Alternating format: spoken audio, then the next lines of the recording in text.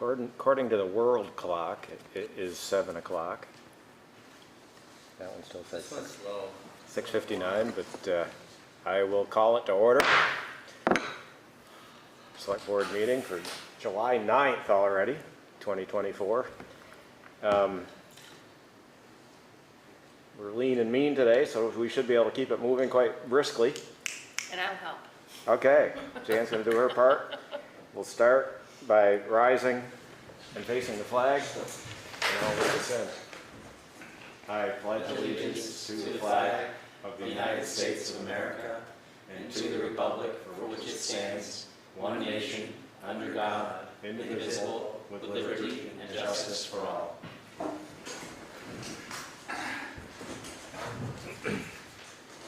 Thank you for that. We'll start with any public comments. If there's anything anyone wants to speak about that's not on the agenda, this would be the time to do so. I'll look out at this vast crowd, and it looks like we do have a few people attending by Zoom. Does anyone have any public comments?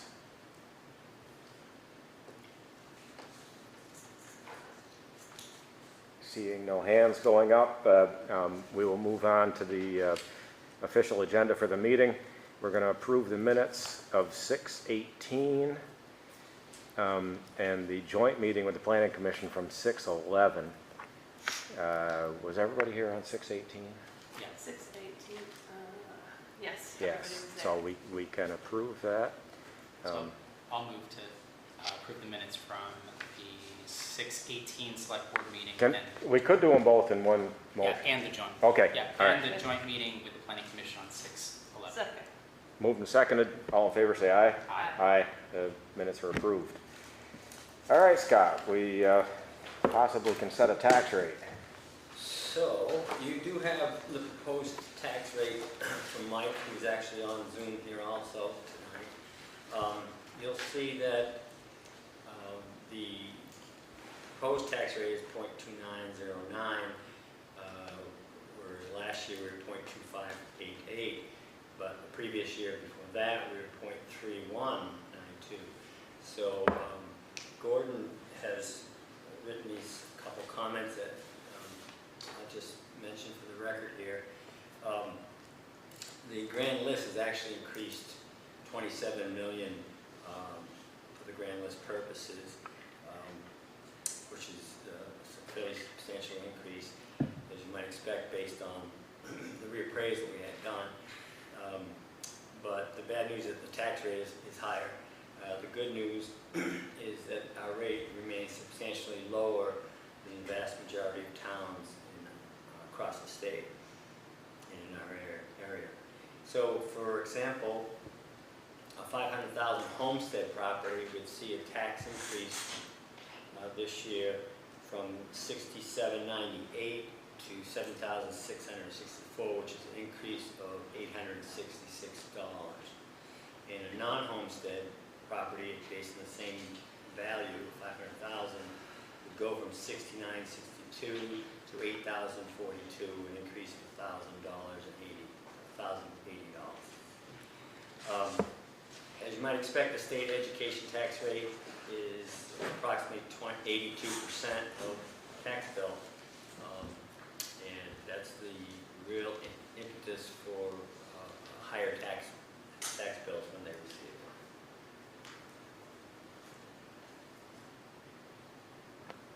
Well, it's a simple mathematical exercise based on the grand list and based on the budget that was approved at town meeting and what the state tells us we have to send for education. There's really not a lot technically that we can do with it.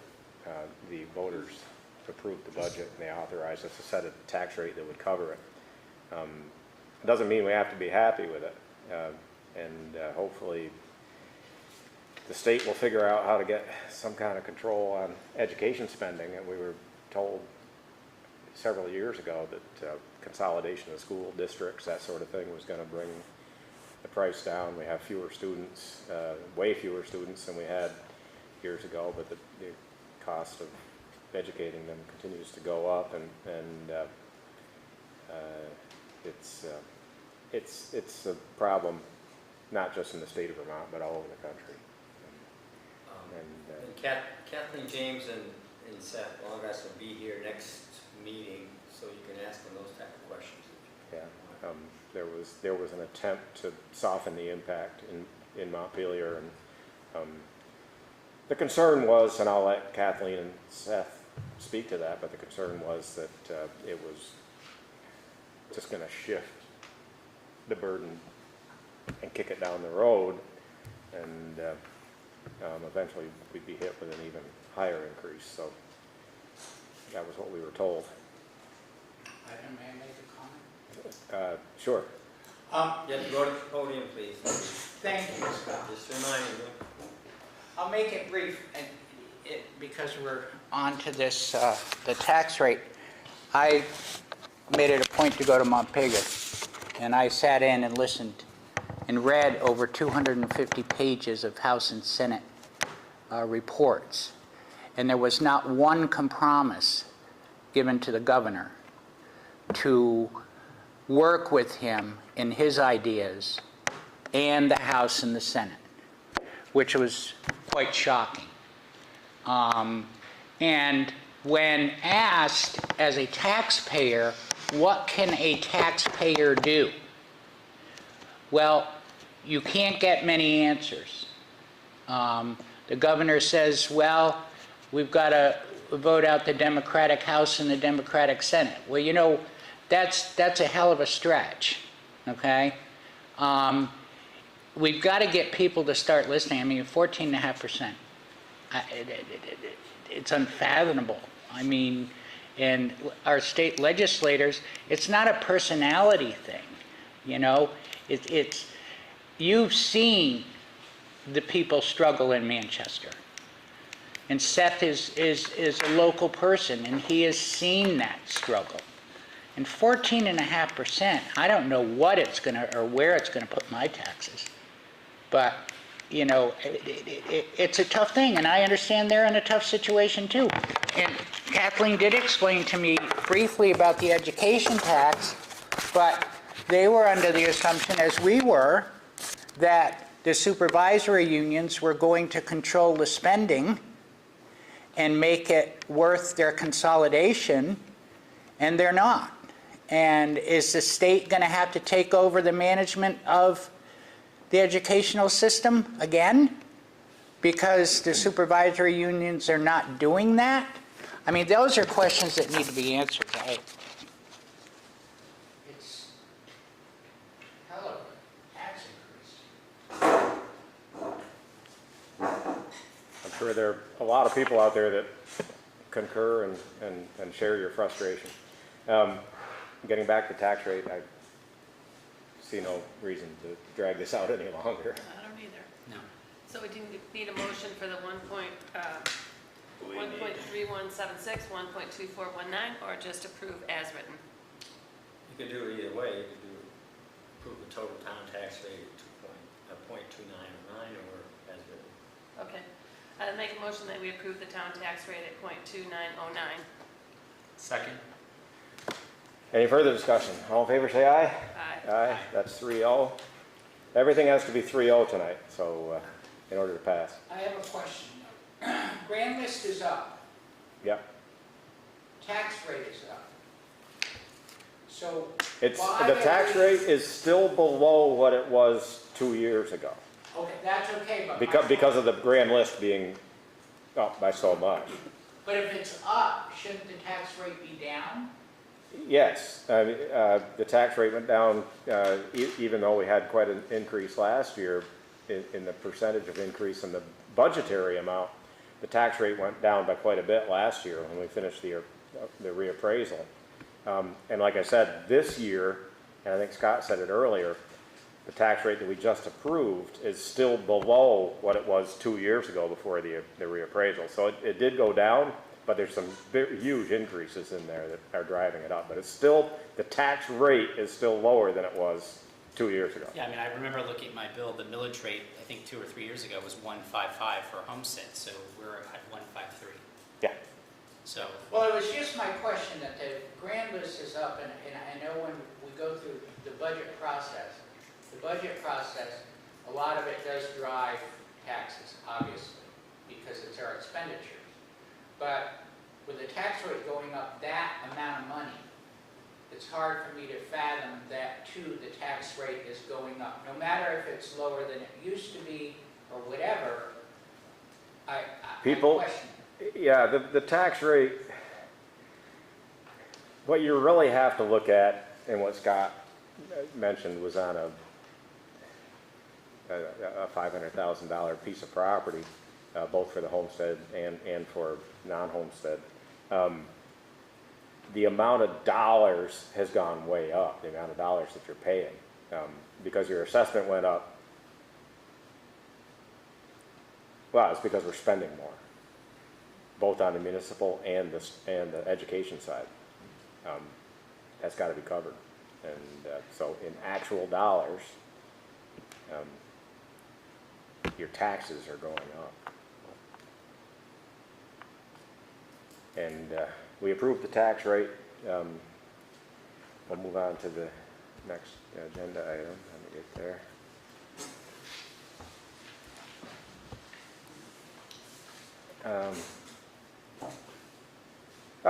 Ed Surgeon is here to discuss library issues. Yep, thank you for giving me a few minutes on tonight's agenda. Scott was kind enough to get me on. I appreciate a minute or two to talk to you. My primary reason for joining you is to share that the library's community engagement survey is open now through the end of July. And as MCL celebrates its 10th anniversary this year, our trustees and staff continue looking to learn how to better serve our neighbors, our families, and friends. We encourage everyone to participate in the survey. Your input is really vital as we consider what's next for our community library.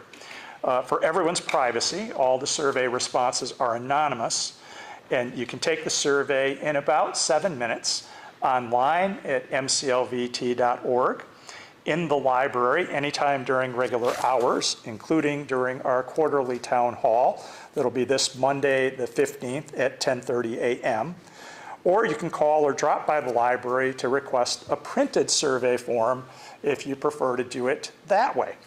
Postcards with survey details are also being sent to all Manchester households, and those should be in everyone's mailbox in the next day or two. It's critically important as we work to plan going forward in the library to have as much community input as we can possibly get. So we really, really encourage everyone, even folks that don't normally or regularly use the library, to share their voices with us as we consider our path forward. Next, I'd like to share with you that the library finished our fiscal year 2024 on June 30th, and we had 58,650 visits while running 1,074 programs and events.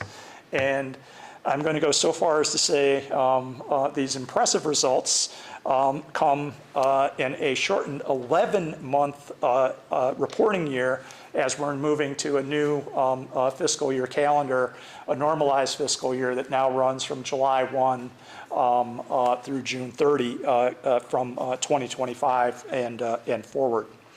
I also want to note, reflecting Manchester taxpayers' greater financial support for the library in 2025, which I may add is very much appreciated, MCL has accordingly increased its non-resident membership fee.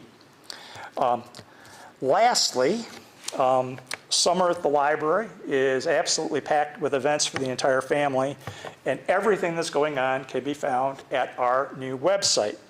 Now, normally, a new website is not something to get particularly excited about. Everybody does new websites, right? So what?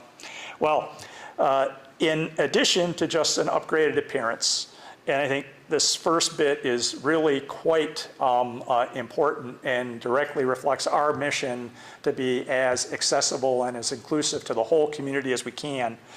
The website is now much more accessible for the blind, the motor, hearing, and vision impaired, epileptics, and those with cognitive disorders, compliant with the latest web content accessibility guidelines standards.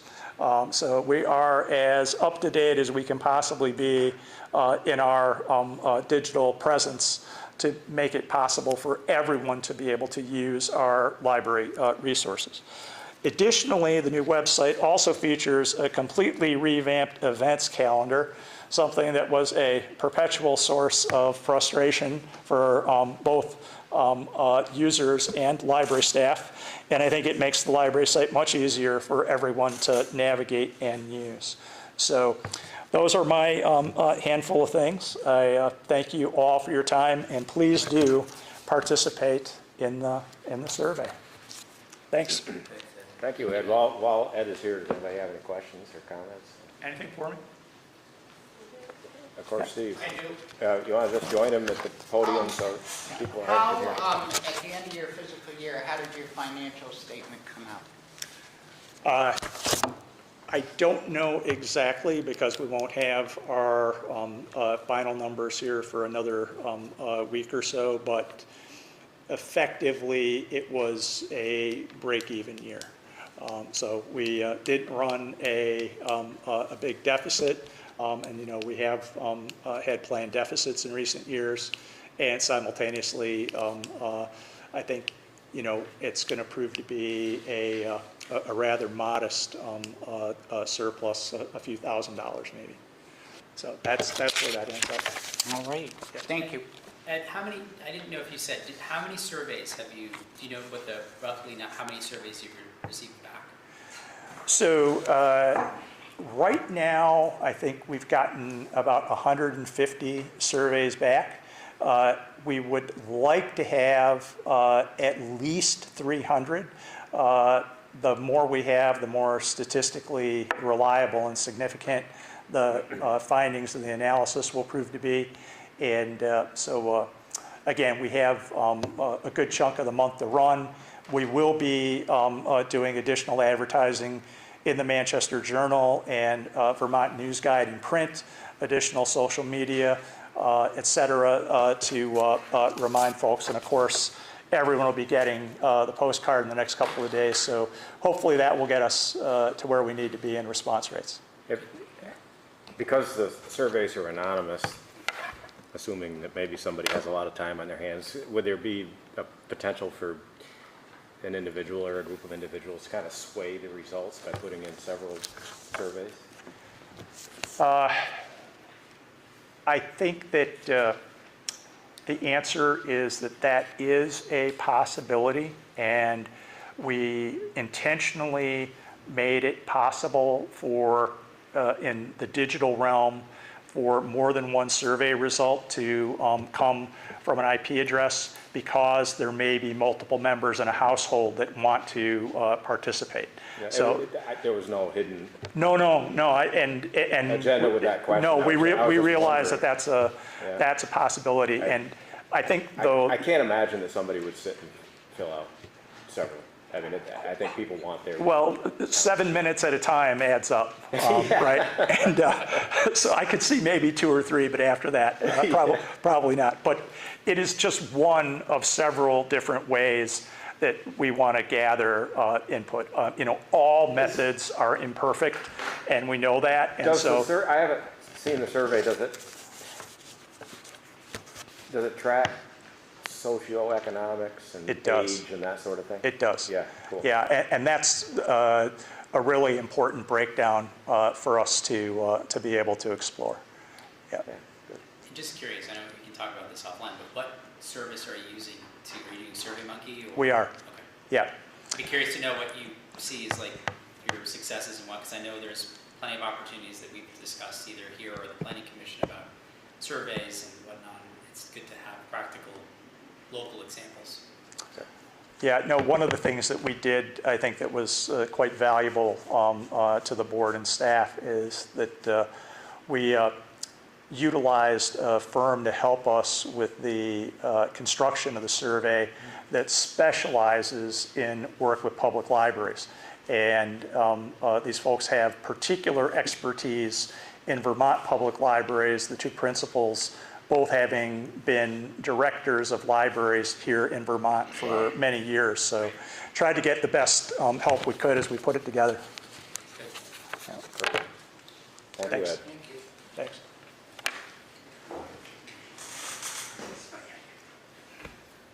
Okay, we, as we do annually, put out an RFP for bids on paving, and we apparently received 4 bids this year. How's it look? Well, it was interesting. We had 2 low bidders were fairly close to each other. And so we reviewed their bids, Jeff Williams and I, closely. And we're going to actually recommend not the lowest bidder, but the second lowest bidder at Fuller Sand and Gravel. And the difference, while fairly minor, $7,300 on a $360,000 project, is based on our experience with Fuller in the past, and our limited experience with Springfield out front here with the repaving of the sewer main. And so that was a little bit imperfect, that was done, and so Jeff's feeling and mine, I agree with him totally, is that Fuller has done work for us in the past. We feel comfortable with his performance, and would like to spend the extra $7,300 to get that contract awarded to Fuller. Is that still, does Fuller still apply a rubberized product? It used to be years ago, and I don't know if it still has the rubber. There's 2 different ways they can go on that, and Jeff usually doesn't allow that. Yeah. This year he did allow a little bit of that. I forget the term he uses, but there's a certain percentage that they can throw in the mix. Yeah. The difficulty in this bid was actually what we're going to talk about in a couple more items, which is the Green Mountain Estate roads, the dirt roads now. So there was a lot of unknowns for somebody that was going to pave them, because you're not just rolling over a previous pavement or Bowmagging or whatever. So I think maybe there's a little wiggle room in there, but I don't know. But we'll see. That's a big part of the project, and of course, they can't get to that until we acquire the roads. Right. Well, I think the rubber also works in terms of drainage, if I understand right. There's certain Yeah, I'm not types of applications that they're Yeah, not I'm particularly. not really sure. I think, initially the feeling was that I'll let Jeff speak for himself on this, but my understanding was that initially we thought that it held up really well, but then after having a couple of rotations on it, he wasn't quite as sold on it. Recycled asphalt. Yeah. That was at East Manchester, I think, when I was on the board. Didn't we have trouble with that rubber? Yeah, I can't, Yeah, Steve, I it was can't East remember. Manchester, Yeah. because of the thickness of the asphalt that was laid. Yeah. That ended up being the problem. There was a lot of shimming there. And we typically do a shim coat and then a finish coat. What's our budget, Scott, for paving? I just went looking for that a minute ago, Steve. I'm trying to keep minutes tonight too. I gave Bonnie the night off, so. I do know that we have, the amount that we have is budgeted for the 4 roads that we planned on doing in Mountain View Drive, Bond Street, Leland Ave, Elm Street Extension, and Lathrop Lane, and the Rec Park entrance, which is in big need of it. That gets a lot of use. So we thought if we couldn't meet our budget, that we would drop one of those roads off. Probably we're looking at Lathrop Lane, because it's not as bad condition compared to the other roads.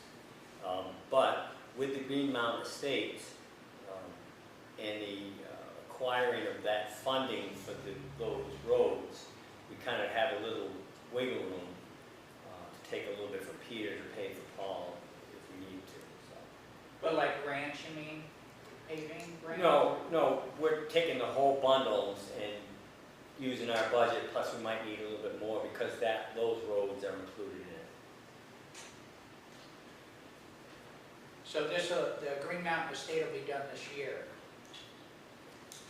That's Certainly hope so. That's the hope. It's been 20 years so far, so I hope you're not holding your breath, but. Well, I guess my point is that Jeff is responsible enough to have, if he had priorities over Green Mountain Estate, should those not be done before Green Mountain Estate is done? That was my concern. So, I mean, it's a valid question insofar as which you'll see in a few minutes, the acquisition process of the roads. So once we go through this, the laying out of roads, and the select board writes, and I hate to get too far down the road in the agenda, but writes a written report, then we actually have to have a closing, just like you would a closing of a house. And that's going to be another 2 weeks or so. So worst case scenario, we will get these 4 or 5 roads done this season, and then they could come back in the spring, late spring, and do Green Mountain Estates. I don't want to see that in public too much because I know the Green Mountain Estates people can. Well, we don't want that, but I We mean, don't want that, you have Okay. to do what you have to do. So the recommendation is to go with Fuller. We have a lot of experience with Fuller. right? Yeah, they did the last couple of years too. I'll make a motion that we approve the paving bid from Fuller Sand and Gravel. Second. All in favor, say aye. Aye. That's 3-0. Thank you. I think too, that's a good decision, while he's local. Yeah, And that I plays think into the, that plays into. if it's reasonably close. He hires a lot of Local people. local people. Okay, we've already started on agenda item number 8, which is the road acquisition, inspection, and public hearing for Green Mountain Estates roads. So we've scheduled a meeting, a hearing at this point? We have, but this is going to be a formal scheduling of it, right? Okay, So, in a few moments, when I get finished explaining it, and you probably already know most of it anyways, we'll need a motion to just after the words where I have the select board to initiate, the motion would be to initiate proceedings, blah, blah, blah, along the line till we finish that paragraph. And so what will happen is, as you might remember, is we're going to have a site visit, a review of the roads by the select board and any members of the public that want to attend. Our attorneys will be there also, as will Jeff Williams and myself and Derek Severance. The survey work will be completed by then. In fact, the actual physical survey work is done. We've ordered monuments and they'll be installed by this time. So we will have a walk around at 5 o'clock on August 6th. And then we will close that review of the roads and then reopen the public meeting here, public hearing after that at the regular select board meeting at 7 o'clock. And so everybody will come back here at that time. And again, you would hear comments from the public, you know, pros and cons, most likely pros, but and then we would close that, and then you would have 60 days to write a written report, which we won't need to do that. We've obviously signed the agreement last year to acquire the roads, so unless something came up that was really unusual, and we haven't seen any of it yet, we would be in favor of doing that, so we would have to write a written report, which our attorney would prepare for us, and then we have to have a scheduled closing. so is August 6th a Tuesday? It is. It It is is, okay. You said at And- 5 o'clock, right? 5 o'clock, right? Yeah. Just not that this is any bearing, but that's also National Night Out, where the police department is having a large thing at 5 happening at the same time. We've been working with 4 or 5 attorneys in this project, and so we're just now getting to the part where Yeah. we can, Yeah. get a big bite of this apple. So we're trying to set the dates so everybody keeps happy. Yeah. And the Green Mountain Estate people are very much in contact with us to find out where we're at. Scott, on this meeting on the 6th, is the state engineer of the river going to be there? He's been invited, and he said he may be able to attend. I would expect he would be there. Josh Connell. I guess my concern with that is that if we get flooded down there again and the road is paved, what's the repercussions? It'll be our nickel. Our nickel, because the state isn't fixing the flood. That's one answer, yes. Thank you. I mean, it just sucks. I mean, we gotta get that road paved, we gotta get the purchase done, but why are we gonna go ahead and pave the road if it's gonna flood it again?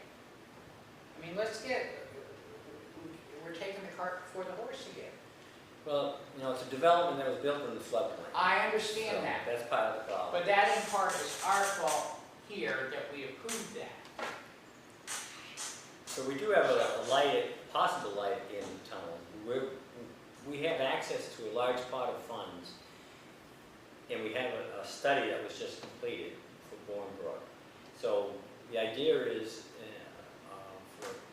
we have to make an application in August, a pre-application letter, and I'm actually meeting with Josh and a couple others out there this week, Thursday, so there should be a good amount of rain maybe coming down at that point.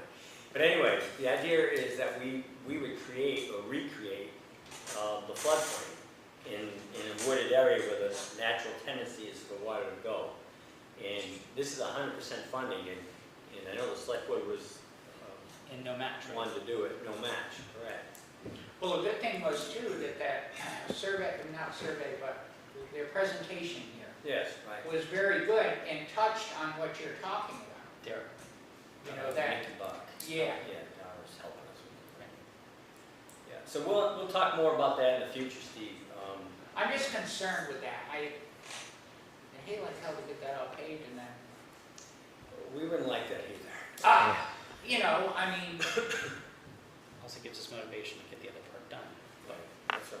thank you. Keeps our feet on the fire. Yes. So what we need is a motion, Very specific one, you said. a pretty specific Yes, motion. It's that the Manchester Select Board initiate proceedings pursuant to 19 Vermont statutes annotated subsection 708. You can see it in front of you. Got it, Jan. Okay, I'll make a motion that the select board initiates proceedings pursuant to Vermont 19 VSA section 708 ETSCQ to consider the dedication, acceptance, classification, and laying out as Manchester town highways of the common and existing private roads known as Green Mountain Drive and Valley Pass located within Mountain View Estates subdivision, also known as the Green Mountain Estates, to be held on August 6, 2024, as duly noticed. Second. And there's language that's to be added after as duly noticed? No, that's fine. Right That's there. it, right there. Okay, perfect. Because there's no period there. All in favor?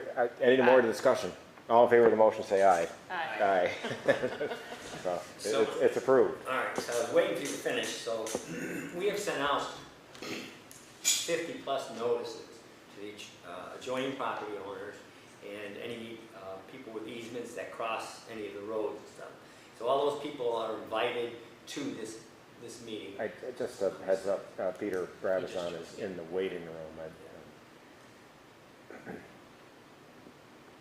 So those notices went out. Doug got those out this week. They had to be 30-day notices, so they got out before July 6th.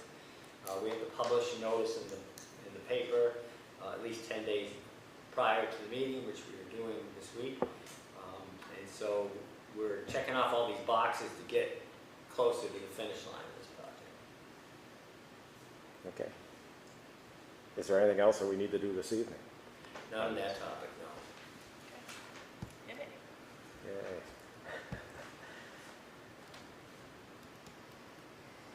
Okay, there's been a lot of discussion about agenda item 9, and recently we received a communication from the chair of the Planning Commission where we've had the recent applications put before the PUC for cell tower locations, and we feel that, many of the people in the town feel that in order to fully address and deal with these types of applications, we need some help.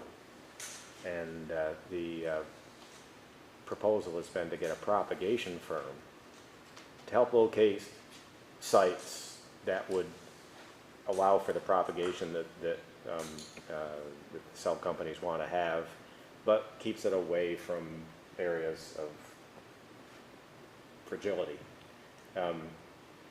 So I don't think any of us have that kind of knowledge, maybe. But that's kind of how it starts. Is somebody going to present on this? Wilbur's on the phone here.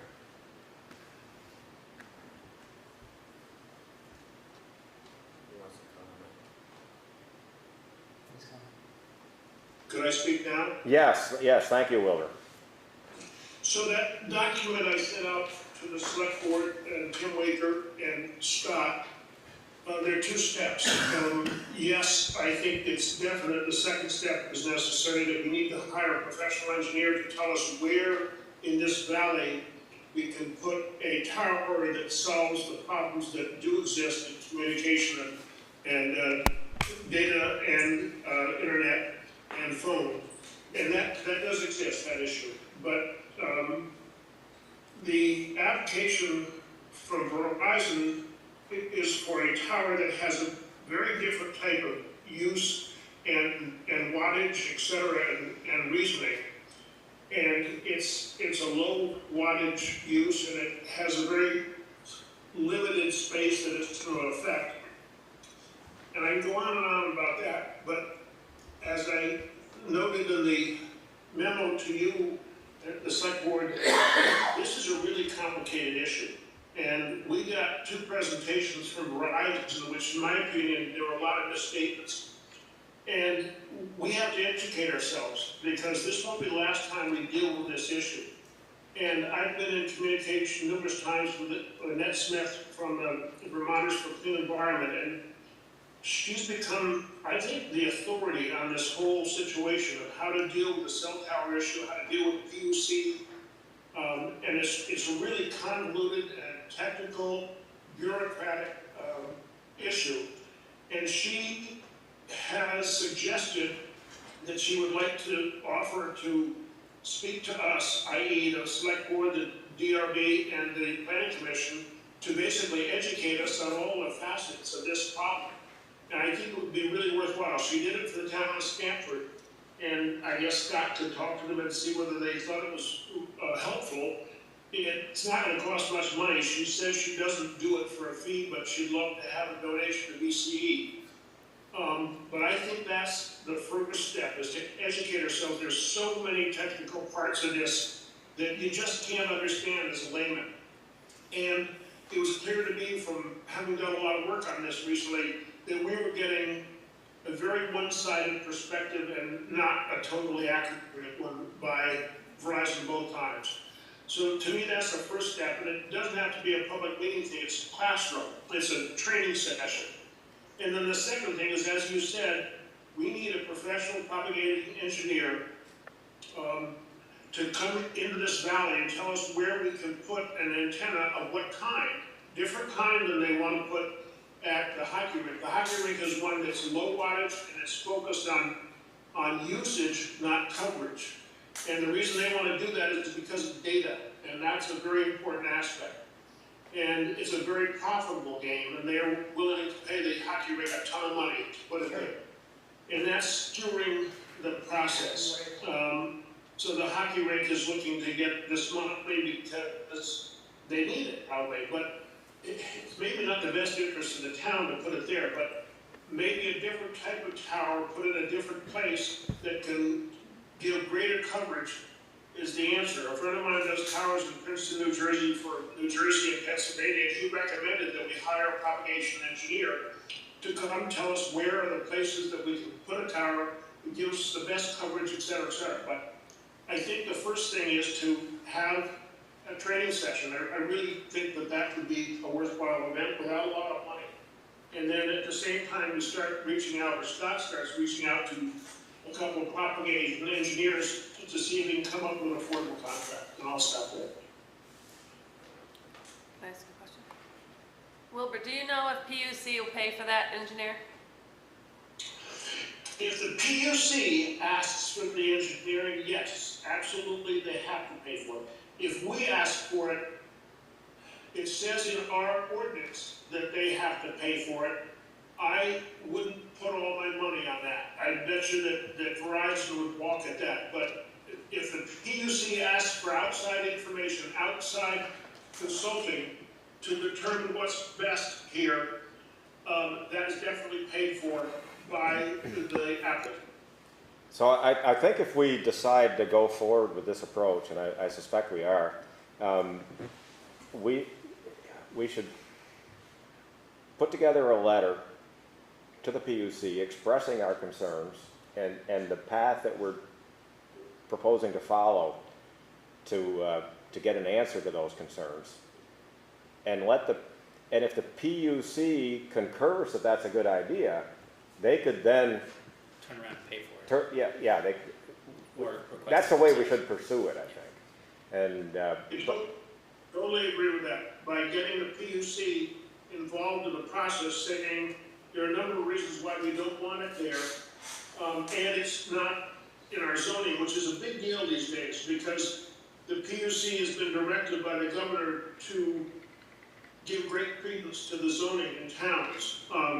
But nevertheless, Verizon keeps on coming back to this location for a number of reasons. But yes, going to the PUC and say, we need more information, and we need an outside independent contractor looking at all the facts, et cetera, that, yes, the PUC will tell the contractor that he will pay for that study.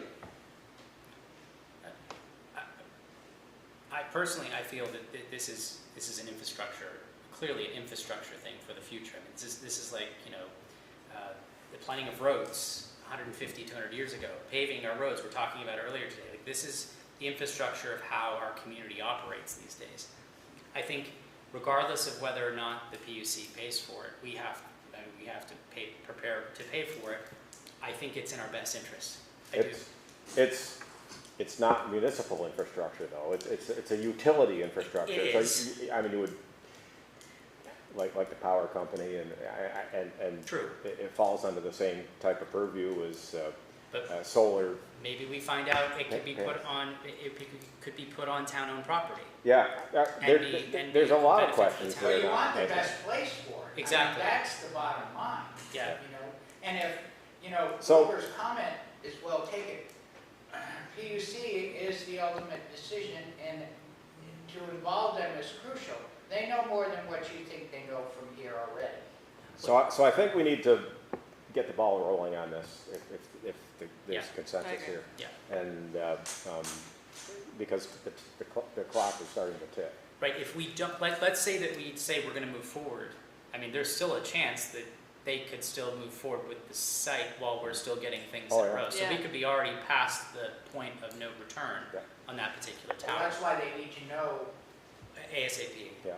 So, Scott, we need to get a letter to the PUC, and we need to do it fairly quickly. That says that we are still opposed to this site. We've already taken that position for a lot of the same reasons, but to express our desire to work with the applicant. Or applicants, I should, Our applicants, For yeah, whoever.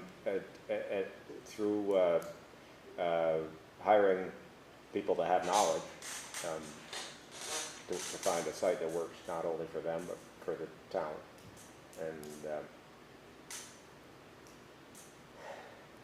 And mentioning zoning. yeah, I mean, zoning is certainly one of the key reasons why we denied it last time. Yeah. But, Would you like to also invite Wilbur's consultant into one of our future select board meetings to talk to us about this? Couldn't hurt. yes, yeah, I think education on this is important.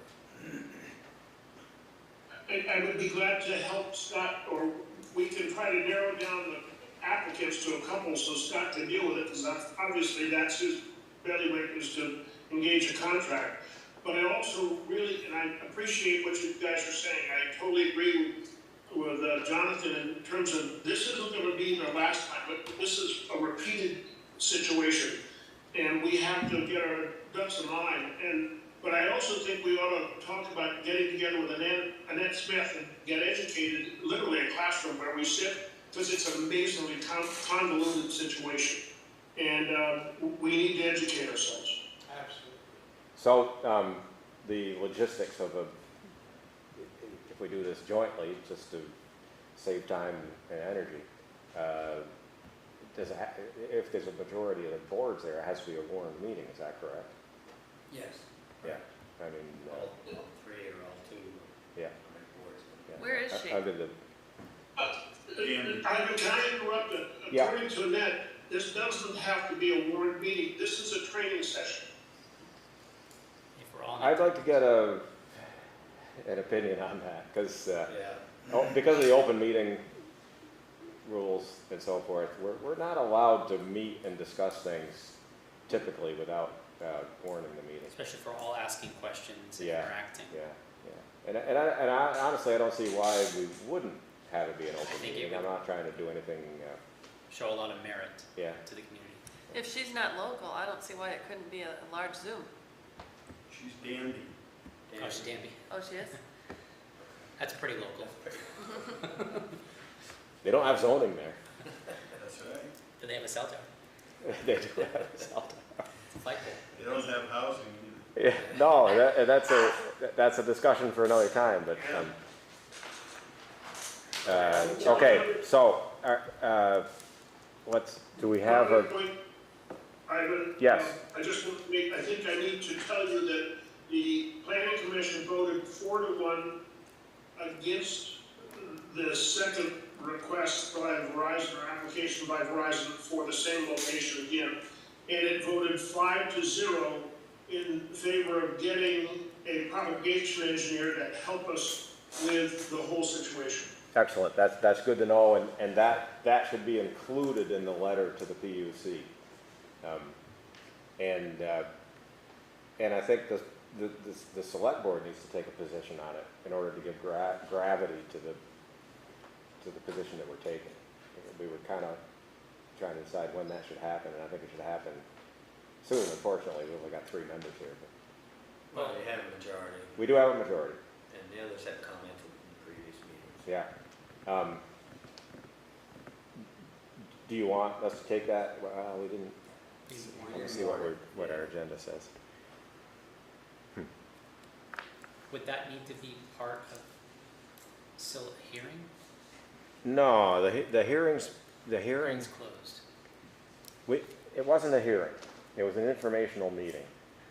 A hearing is something different. You're right. We got the information. We've had several informational meetings on this, but we didn't warn that we were going to take action. Your thoughts on that? Well, I mean, we could do that at the next meeting, Yeah. 23rd. Yeah. I mean, I know what the action's But going that to be. slows your letter down by 2 weeks. Yeah. You can get the letter still. We could submit a letter saying that formal approval, formal opposition is gonna happen on the 23rd. Yeah. But for now, we wanted to get this letter Yeah. to you Okay. in advance so that we could see if there's a way we could get this propagation firm involved. It's almost by de facto by So, us asking for the propagation. I think the action that we should take, today is, first of all, the agenda item is to possibly contract a propagation firm. I think in the context of that, we should include this letter to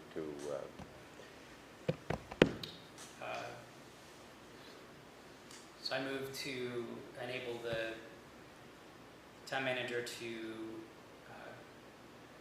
research and contract with a propagation firm and write a letter to the PUC regarding the views and positions of the Planning Commission and the Select Board.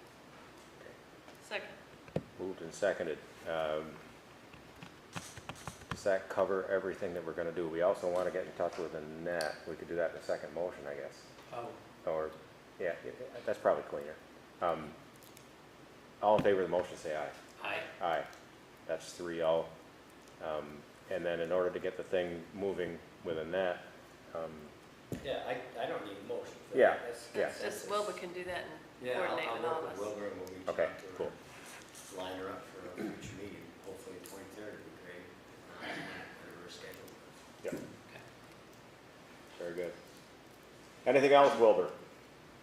I think that's great what you're doing, thank you so much. And I tell you, I've met Annette, I've had 2 very long phone calls with her.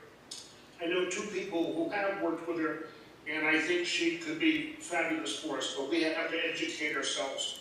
This is a really tough deal. Thank you.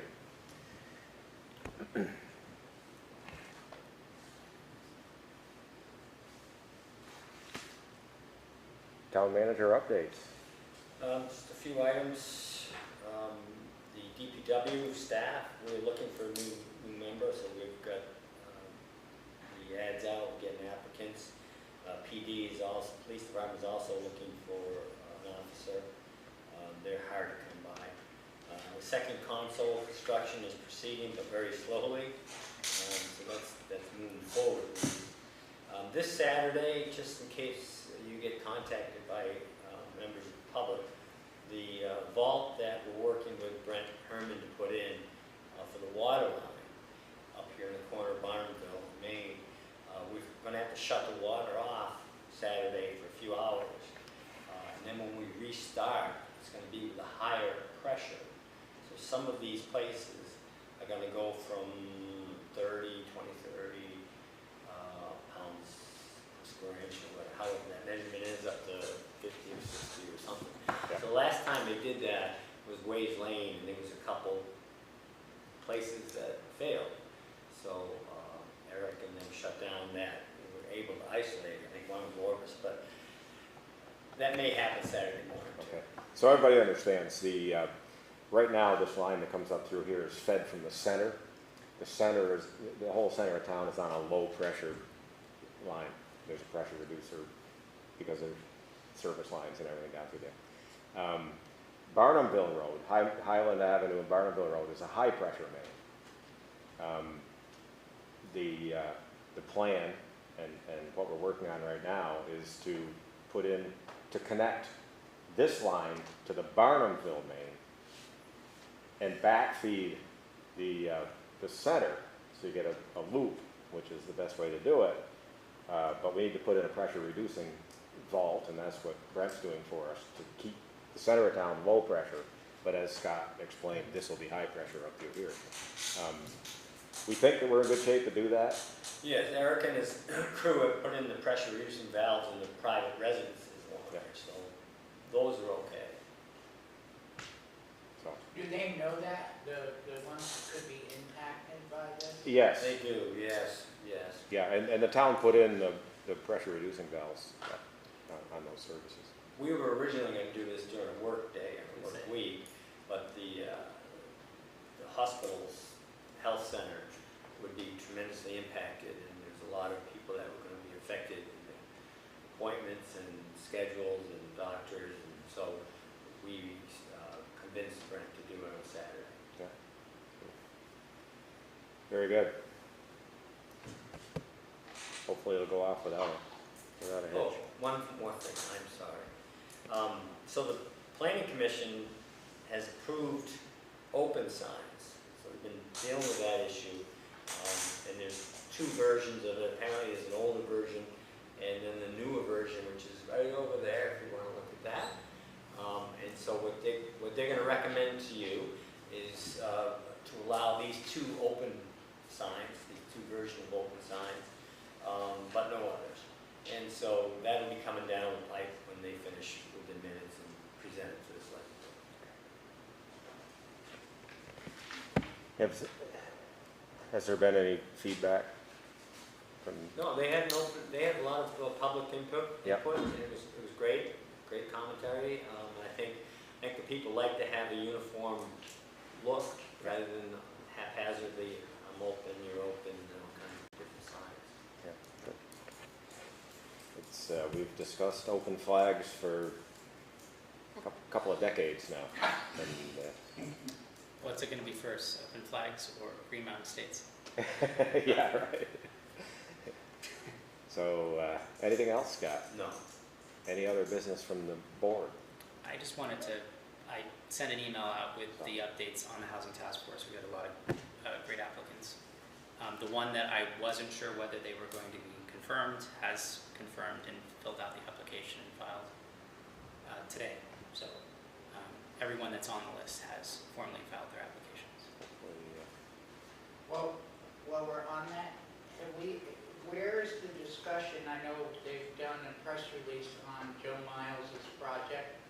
Where is the town in informational with that? You're referring to the housing, housing project Yeah. workforce? Yeah, the application is in process right now. I've received a couple different applications and actually filled a municipal impact questionnaire today for Act 250. So they're moving along in that process. That's good. I saw some of it. Very positive. Yeah, I believe the DRB approved it at their last meeting. Oh, but did I they? haven't seen the minutes yet, they haven't been issued. So they're moving toward Act 250. Correct. That'll be a treat. You read too much Republican propaganda.